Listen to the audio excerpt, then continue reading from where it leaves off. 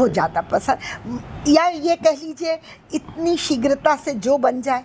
अच्छा, भाई घर में जो होगा वही शीघ्रता। बाबा समय तो देते नहीं थे, अचानक आए, विशंबर बच्चा आ गए। अच्छा। मुखर्जी दादा का बस इतना फोन आ जाता था, बाबा आ रहा हूं, का समाधान हो जाता है।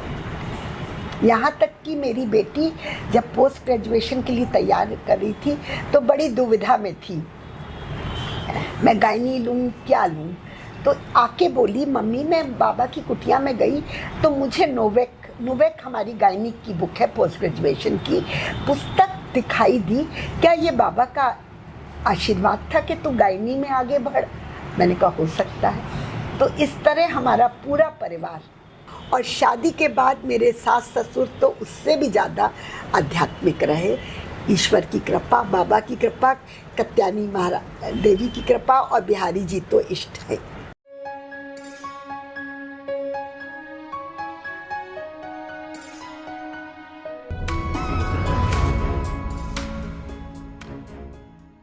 मतलब ये ज़मीन हमें कैसे मिली, हमने पास ना पैसे ना कुछ।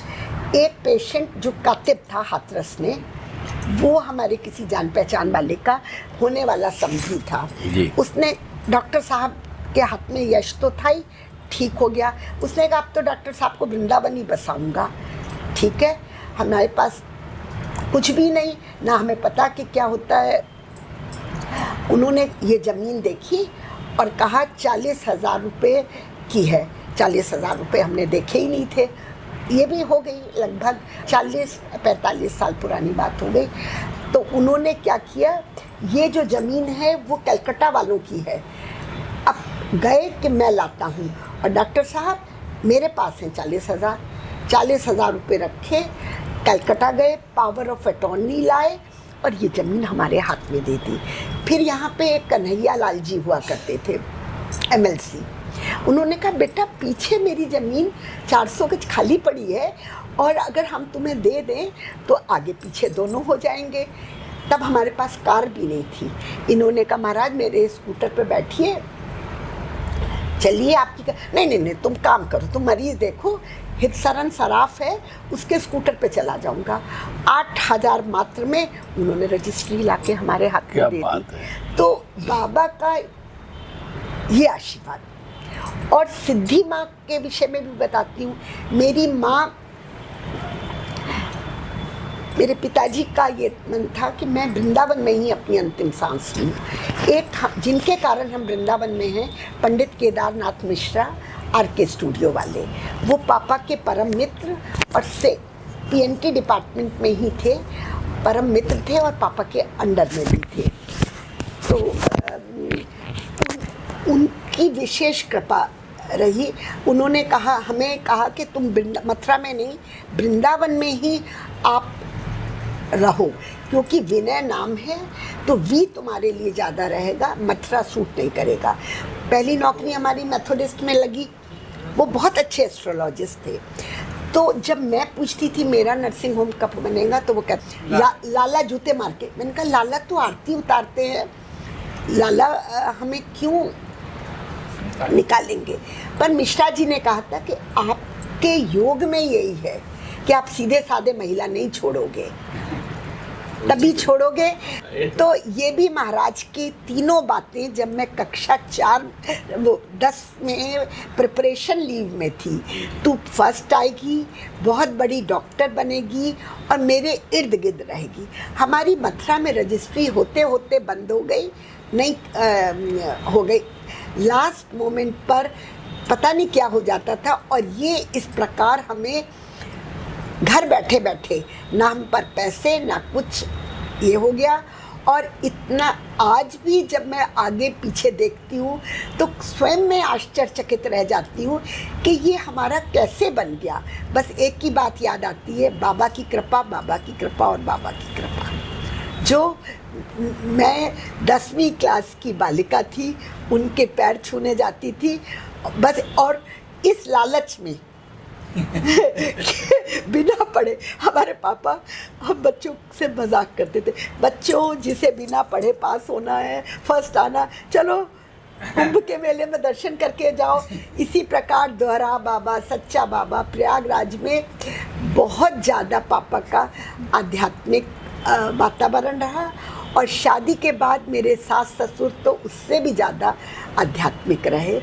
ईश्वर की कृपा, बाबा की कृपा, कत्यानी महाराज देवी की कृपा और बिहारी जी तो इष्ट है।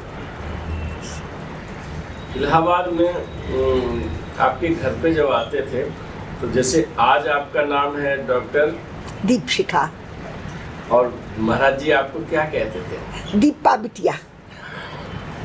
ये मुलाकात आपकी दीपा बिटिया से हो रही है और दीपा बिटिया अब हैं डॉक्टर दीपशिखा।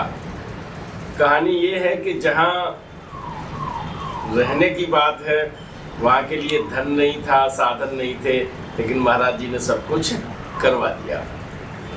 और दो एक वृतांत और सुनाऊं। जी जी। जैसे मैंने बोला कि मेरे ऊपर बहुत विपदा आई, डॉक्टर साहब को कैंसर हो गया, मुंह का, चेन्नई रहे, पर इतनी बाबा की कृपा हुई कि हमें कभी आर्थिक कष्ट नहीं हुआ।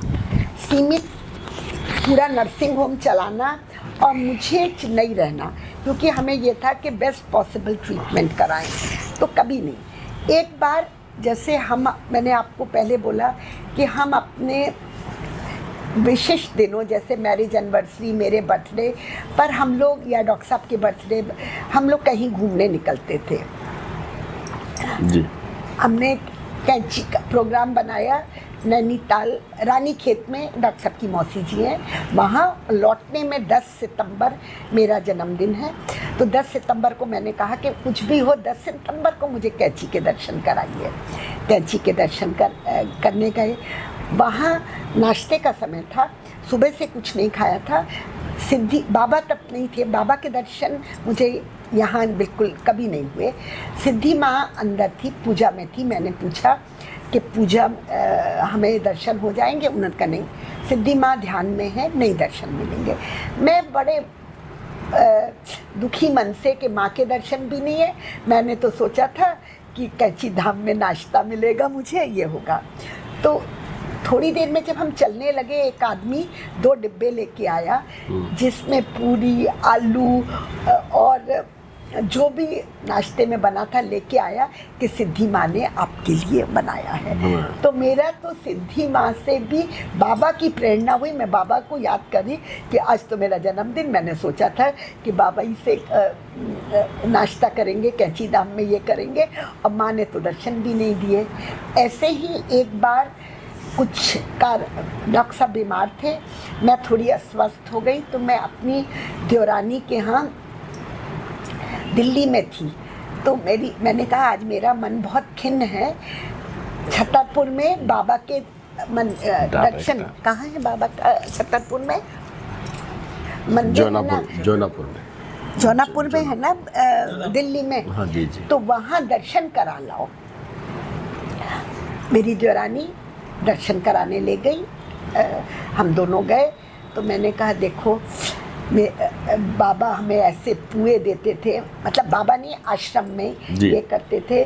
बाबा की बातें देवरानी को सुना रही थी मैं, और चलने लगे तो इतनी बड़ी टोकरी में पुए बाबा ने भेज दिए। तो मैं तो मतलब अभी भी आज की तारीख में भी कभी मन खिन्न होता है, कभी घर में प्रॉब्लम्स आती हैं, सीधे जाके बाबा की कुटिया में 10 मिनट बैठ जाती हूँ और मेरी तो सब दुखों का, सब शंकाओं का समाधान हो जाता है। यहाँ तक कि मेरी बेटी जब पोस्ट ग्रेजुएशन के लिए तैयार कर रही थी तो बड़ी दुविधा में थी, मैं गायनी लूँ क्या लूँ। तो आके बोली मम्मी मैं बाबा की कुटिया में गई तो मुझे नोवेक हमारी गायनी की बुक है पोस्ट ग्रेजुएशन की पुस्तक दिखाई दी, क्या ये बाबा का आशीर्वाद था कि तू गायनी में आगे बढ़? मैंने कहा हो सकता है। तो इस तरह हमारा पूरा परिवार बाबा की प्रेरणा से ही आगे बढ़ रहा है। आप प्रयागराज में आपको दर्शन होते थे वहाँ पर, तो आप दादा के घर पे भी जाती थी? नहीं, मैं कभी नहीं गई, मेरे पिताजी गए, मैं कभी नहीं गई। क्योंकि हम लोगों को तो पढ़ाई के लिए बहुत ज़्यादा स्ट्रिक्टनेस थी पापा की, कि बच्चों सिर्फ पढ़ो और खेलो कूदो। पापा के और महाराज जी के बीच की कोई याद हो, कोई स्मृति हो? पापा ने हमें कई बार बताई है कि ना बाबा कहीं पंगत में बैठे थे जी। और एकदम हंस पड़े कि देखो देखो उसकी धोती खुल गई है। तो किसी ने कहा यहाँ तो किसी की धोती नहीं खुली है ना। तो पता चला कि कहीं और पंगत हो रही थी, बाबा दो दो रूप धारण करते थे। अच्छा। तो पापा ये बातें हमें बताया करते थे। क्योंकि हम लोग जब 10th में थे और कि बाबा के साथ कैसे मिले, बाबा ने क्या क्या कहा, तो वो पापा कई वृतांत सुनाते थे। आपको पापा जैसे सर्विस में थे और सर्विस में कभी कोई ऐसी कंडीशन आ जाती है कि पापा चाहें कि हमारा यहाँ ट्रांसफ़र हो जाए या इस तरह से कहीं दूसरी जगह कोई व्यवस्था हो जाए, तो कभी क्या महाराज जी से प्रार्थना करते थे? नहीं। इस विषय में मैं एक वृतांत बताऊंगी। हम लोग जैसे पापा कहते थे बच्चों जिसे बिना वो पढ़े लिखे फर्स्ट आना है, चलो देवराहा बाबा के दर्शन करके आए। तो बाबा के साक्षात हम लोग ने बाबा के मचान से उतर के पैर छुए हैं। अब बाबा ने हमारे और हमारे परिवार के सबके ऊपर अपना सिर पे पैर रखा है। बस वो बिठा के भजन कराते थे, प्रणते कलेश नाशाय गोविंदाय नमा नमा। उनका एक सेंटेंस कि कभी भी किसी से मांगना नहीं। अगर आप भूखे हो और आज आपके भाग्य में पूरी लिखी हो, आप मांगो हे भगवान मुझे रोटी दे दे, तो आपको पूरी की जगह रोटी मिलेगी। वही मेरे पापा ने कहा कि कभी प्रभु से मांगना नहीं। आज तक का एक ही है, प्रभु अपनी कृपा बनाए रख, बस। ये देवराहा बाबा ने शिक्षा दी थी। हाँ, कि कभी मांगना नहीं, कभी मांगना तो नहीं। इसलिए मेरे पिताजी बहुत कर्मठ ईमानदार ऑफिसर रहे, तो कभी भी हमें पापा को कुछ मांगना नहीं पड़ा। जो प्रभु इच्छा है वो करते रहे। मेरे हिसाब से कभी मांगने की ज़रूरत नहीं, बस बाबा की कृपा स्वतः ही कैसे बनी रही मालूम नहीं। महाराज जी जब घर में आते थे तो घर में उनको क्या खाने में प्रिय था? माँ क्या बनाया करती? माँ पूरी। हाँ, लौकी सब्जी, आलू की सब्जी, जो फटाफट, टाइम तो उनका आधा घंटा भी नहीं होता था। जब मूड आया चलो चलो चलो। हाँ, और ये तो मैंने स्वयं देखा है। जैसे हमारे साथ लखनऊ में, कानपुर में मेरी मौसी थी, उनके साथ अगर दर्शन करने गए बाबा के जी, और उसमें से किसी का मन ना हो दर्शन करने का, तो एकदम कह देते थे तुम बाहर जाओ। अच्छा। ये तो मैंने स्वयं देखा। अच्छा। और पापा ने भी बताया कई बार। हम तो उतना नहीं गए। खाने में एकदम फटाफट क्या बनाती थी, वैसे सूखा आलू मटर, अगर मटर की सब्जी का समय हो, पूरी। अच्छा, वो ज़्यादा पसंद करते? वो ज़्यादा पसंद, या ये कह लीजिए इतनी शीघ्रता से जो बन जाए। अच्छा। भाई घर में जो होगा वही शीघ्रता। बाबा समय तो देते नहीं थे, अचानक आए, विशंबर बच्चा आ गए। अच्छा। मुखर्जी दादा का बस इतना फोन आ जाता था, बाबा आ रहे, बाबा आ रहे, बस इतना ही समय। तो वो रहते थे शायद सिविल लाइंस में, मुझे याद नहीं है। वो पहले एलनगंज में रहते थे और इसके बाद वो चर्च लेन में। चर्च लेन, यस, चर्च लेन। तो चर्च लेन से मम्फोर्डगंज आना, मम्फोर्डगंज में हमारा घर था। जितना समय लगता है कार से आते थे। बस पापा कहते थे बाबा आ रहे हैं, बाबा आ रहे हैं, फटाफट उनके लिए तख्त तैयार होता था जी, चादर बिछाती थी माँ। जितना मेरी उस समय की स्मृति में धुंधली यादें हैं, उसके अनुसार मैं वर्णन कर रही हूँ कि पापा ने आके कहा कि बाबा आ रहे हैं, बाबा आ रहे हैं, महाराज आ रहे हैं। फटाफट मम्मी और पापा मिलके तख्त बिछाया, उनके मसंद लगता था उनके बैठने के लिए, जो भी सुविधा हो, ड्राइंग रूम की गद्दी वद्दी जो भी बाबा की फटाफट करके नीचे बैठने के लिए कालीन की व्यवस्था जो भी यथासंभव हो सकता था, क्योंकि ज़्यादा तो कर्मचारी नहीं रहते थे, पापा मम्मी मिले, जो घर में एक आध है वो मिलके एकदम तैयार किया। मम्मी गई रसोई में। मेरी मम्मी बहुत अच्छी पाकशास्त्री और बड़ी कहना चाहिए ना पति अनुकूल रही। जी। तो वही सीता मेरी माँ का नाम था और हमेशा पापा के अनुकूल रही। जो पापा ने कहा फटाफट कैसे करती थी, आज तक मुझे समझ नहीं आया। आपकी मम्मी के पापा का नाम क्या है? बाबू गुलाब राय MA। वो हिंदी साहित्य के आलोचक रहे हैं, सुप्रसिद्ध निबंधकार आलोचक रहे हैं। दिल्ली गेट पे उनकी कोठी है और उनके नाम का डाक टिकट तत्कालीन प्रधानमंत्री अटल बिहारी वाजपेयी ने भी निकाला था।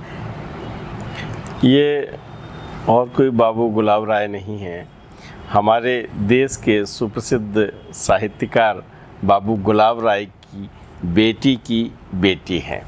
ये एक नया परिचय मैं इसलिए आपको दे रहा हूँ कि महाराज जी के कृपा पात्र हर वर्ग से थे। जहाँ पंत जी सुमित्रानंदन पंत आते थे, सुमित्रानंदन पंत की बहन रबू दादा की दादी हैं, तो साहित्यकारों की भी जो श्रृंखला थी, चाहे महादेवी वर्मा हो, चाहे हरवंश राय बच्चन हो, तो बड़े बड़े साहित्यकार हर क्षेत्र में ऐसे लोग रहे हैं जो उनके कृपा पात्र बने हैं।